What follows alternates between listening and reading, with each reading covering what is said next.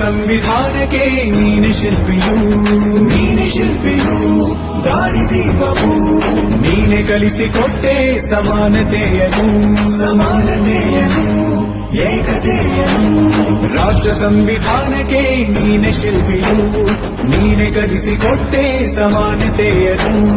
ನಿನ್ನ ಲೇಖನಿಯ ಬರಹ ದೇಶ ಗರ್ಜನೆ ಒಂದು ಮಾತುಗೂಡ ಭೀಮ ಗರ್ಜನೆ ನಾಯಕ ನೀನು ಭೀಮರ ಮಹಾನಾಯಕ ನೀನು ಭೀಮರ ನಾಯಕ ನೀನು